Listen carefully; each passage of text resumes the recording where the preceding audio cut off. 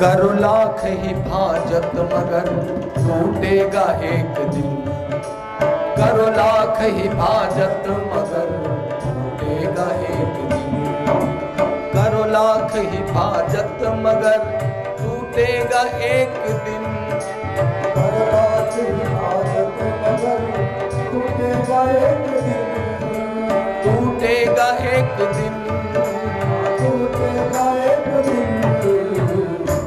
कितनी सुंदर बात संतों ने कह दिया माता बहन।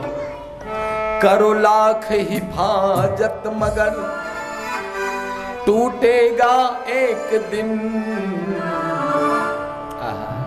ये शरीर के बारे में कहा कि लाख हिफाजत से इसको रखा जाए, लेकिन ये टूट जाएगा एक दिन। कैसे? अरे कब तक रखोगे, कब तक रखोगे कांच के, कब तक रखोगे कांच के बर्तन संभाल के। कब तक रखोगे कांच के बर्तन संभाल के। कब तक रखोगे कांच के बर्तन संभाल के।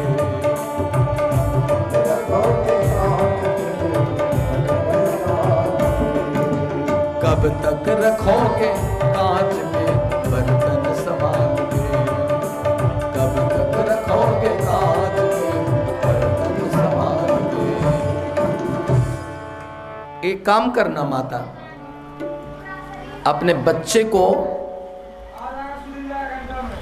योग्य बना देना, तब छोड़ना उसको। एक शेरनी ने बच्चा जन्म दिया, जन्मते ही शेर का बच्चा धरती पर खड़ा हो जाता है। उसके मां की दूध में इतनी एनर्जी होती है, इतना ताकत होता है कि वह बालक जन्मते ही पृथ्वी पर खड़ा हो जाता है। बोले वृंदावन बिहारी लाल की। जैसे शेरनी ने शावक को जन्म दिया, बच्चे को खड़ा हो गया, तो उसकी मां ने पंजे से मारा उसको, 4 हाथ के दूर पर गिरा। फिर खड़ा होकर मां के पास आया, फिर जोर से मारती है पैर से। 100 बार खड़ा हुआ, 100 बार पंजे का प्रहार करके उसको धराशाही करती चली गई। तो रोने लगा हुआ, खम्मा यदि मारना ही था तो जन्म क्यों दिया? यदि अपने बच्चे को तुम्हें मारना ही था तो एक बार गला दबा दो, मर जाऊंगा। जन्म क्यों दिया जब बार बार 100 बार खड़ा होने का मैंने उपक्रम किया? 100 बार पंजा मार करके मुझे जख्मी बना दिया मेरे शरीर को माँ। कहा अब मैं जिंदा नहीं रहूँगा, मैं कहीं मर जाऊँगा। माँ हंसने लगी। देखिए, मारती भी है और हंसती भी है। ये कहती है कभी कभी, बेटा मर जाओ, तुम मर भी नहीं सकते हो, तुम मुझे सता रहे हो, तुम मर भी नहीं सकते हो। लेकिन हाय रे हाय, कहाँ से कहती है ये हम लोग जानते हैं। ये हृदय से नहीं कहेगी, हृदय से नहीं कहेगी, ये बाहर से कहती है कि सताने के लिए आ गया है, मर भी नहीं सकते हो, जाओ मेरे नज़र से दूर हो जाओ, कभी मत आना। आहा, लेकिन मैया तुम कहाँ से कहती हो? वो सब जानता है। कोई माँ अपने बच्चे को हृदय से नहीं कह सकती है तुम मर जाओ, जाओ मेरे नज़र से दूर हो जाओ, नहीं कह सकेगी, हृदय से नहीं कह सकेगी। और जब वह बच्चा, माँ जब ऐसा कह देती है क्रोध में आकर के कि तुम मर जाओ, मेरे नज़र से दूर हो जाओ, कभी मत आना, तो वो बच्चा जब रूठ के चला जाता है तो ये मैया पूछती है, उधर मेरा बेटा गया, देखा है आपने? इधर ही गया क्या? आपने देखा नहीं? हाँ हाँ। तुरंत वह बात्सल्य उमड़ती है और माँ पूछने लगती है, किधर गया तुमने देखा बहन? मेरा बच्चा किधर गया? इधर गया, देखा तुमने? तुरंत पूछती है बेचारी। इसका मतलब है कि वो हृदय से नहीं कहती है तुम मर जाओ। आज डॉक्टर ऑपरेशन करता है, डॉक्टर ब्लेड चलाता है मरीज के शरीर पर, तो हम लोगों को कैसा लगता है? उसके शरीर को चिर रहा है। कितना निर्दयी है वो, कितना डॉक्टर निर्दयी है दया नहीं है उसके पास, उसके पूरे पेट को फाड़ दिया। लेकिन नहीं माता बहन, डॉक्टर का वात्सल्य, डॉक्टर का प्रेम उस मरीज से है। मरीज का वह विरोधी नहीं है, वह डॉक्टर उसका पक्षधर है। इसलिए कि जब तक उसके पेट को फाड़ेगा नहीं, जब तक उसकी बीमारी को निकालेगा नहीं, तब तक वह आदमी स्वस्थ नहीं होगा। तो इन आँखों से देखने के बाद लगता है डॉक्टर विरोधी है, लेकिन जब हृदय की आँख से देखेंगे तो मैया भी नहीं कह सकते बेटा मर जाओ तुम। यह ऊपर ऊपर ऊपर की बात है, हृदय से नहीं कहेगी। ठीक डॉक्टर भी हृदय से नहीं चाहता कि मेरे हाथ का मरीज मर जाए, वह भी चाहता है कि ये स्वस्थ हो जाए तो मेरा नाम हो जाएगा। यही भगवान भी करते हैं। कोई भक्त को नहीं चाहता भगवान कि मेरा भक्त बिगड़ जाए, उसकी ज़िंदगी खराब हो जाए। कोई जैसे डॉक्टर नहीं चाहता कि मेरे हाथ का मरीज समाप्त हो जाए, कभी नहीं चाहा उसने। ठीक उसी प्रकार माता पिता भी नहीं चाहते कि मेरा बेटा हमसे, मेरे श्राप से मर जाए, ऐसा कोई नहीं चाहती है। आज माँ हंस रही है, फिर खड़ा हुआ, फिर मारा जोर से। तब वो शेरनी का बच्चा दूर खड़ा होकर और हांफने लगा। माँ कहती आ जाओ बेटा, आ जाओ, अब मेरी गोद में बैठो, आओ। कहा जीवन में तुम्हारी गोद में नहीं जाऊंगा, कभी नहीं जाऊंगा। जन्म दिया और मारती चली गई। आखिर हमने क्या बिगाड़ा था? किस जन्म का दुश्मन हो तुम? जो मैं खड़ा होना चाहता था तुम मार कर गिरा देती थी। अब मैं दूर खड़ा हो गया हूँ भाग करके, अब नहीं जाऊंगा तेरे पास। मुझे मरना है तो इधर ही मरना है, तेरे पंजे के मार से नहीं मरूंगा, इधर ही मरूंगा। आप देखिए, जरा विचार करिए। तो उस बच्चे को कहा माँ ने कि बेटा मैं तुझे पक्का कर रही थी, मैं तुझे धक्का मारकर पक्का कर रही थी। कहा कौन सा पक्का बना रही थी मुझे? कहा इसलिए बेटा मैं तुझे लायक बना रही थी कि तुझे भागने के लायक बना दिया मार मार करके। अब मेरे मार से तुम भाग गया ना। अब देखो बेटा इसमें कितना बड़ा रहस्य है। जंगल में कभी आग लग गई और तुम भागना नहीं सीखा है, भागना नहीं जानते हो। जंगल में आग लग गई, तुम्हारा पिता अपना जान बचाकर भागेगा, तुम्हारी माँ अपनी जान बचाकर भागेगी, लेकिन बेटा तेरा क्या होगा? तू तो जंगल में जलकर मर जाएगा, मर जाता न रे।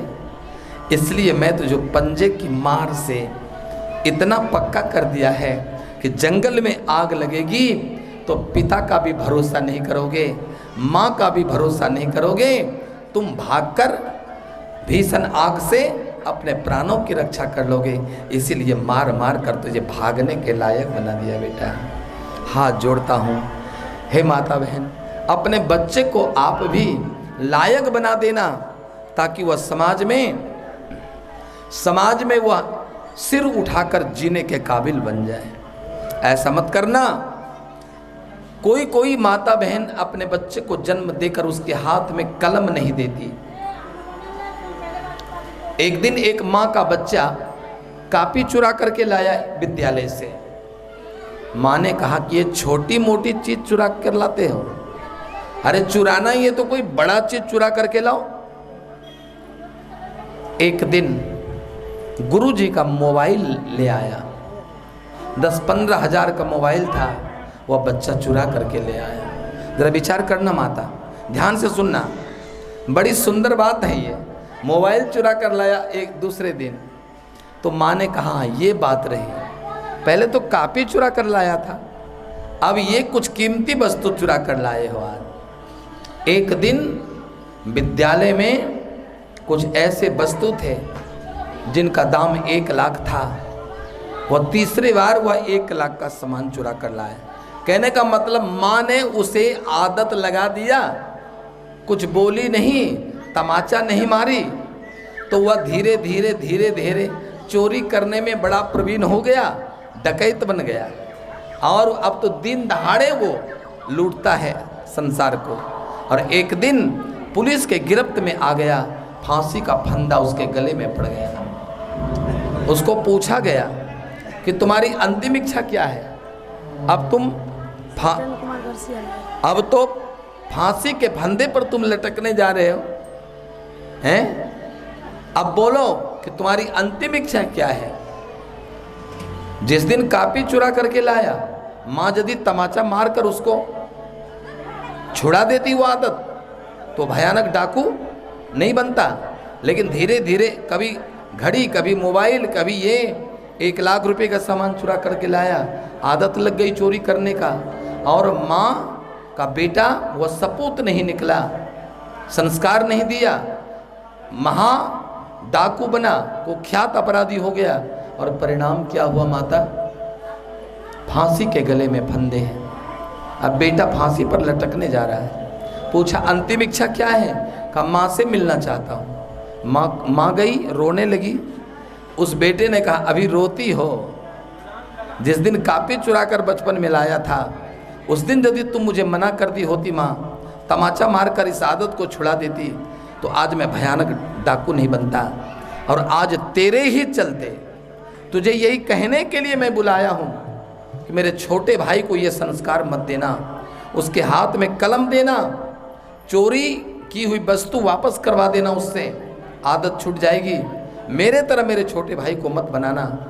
तुमने ही मुझे डाकू बनाया है।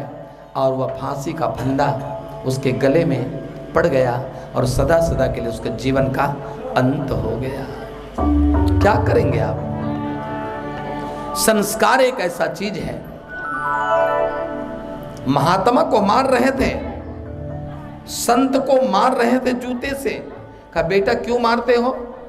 मैंने क्या बिगाड़ा है? माता पिता ने उसके हाथ में तलवार दिया था, कलम नहीं दिया।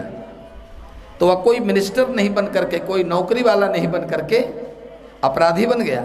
साधु को मार रहा है। और जब साधु को मार दिया, थोड़ा सा जान है शरीर में, तब गलती गचने लगा।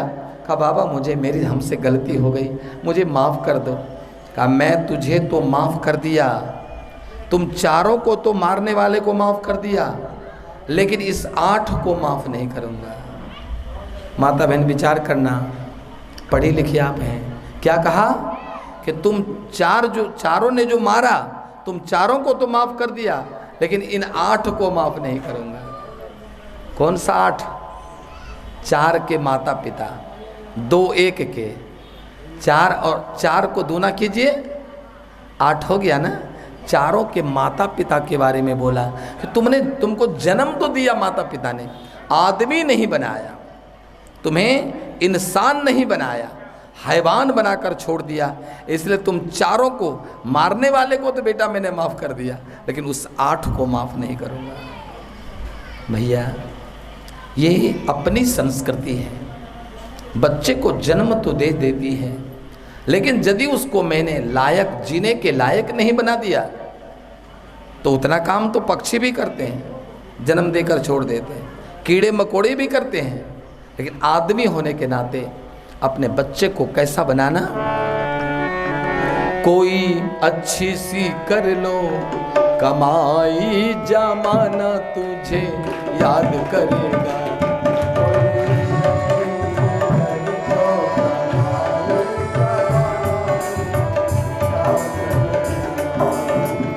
याद करेगा, याद करेगा,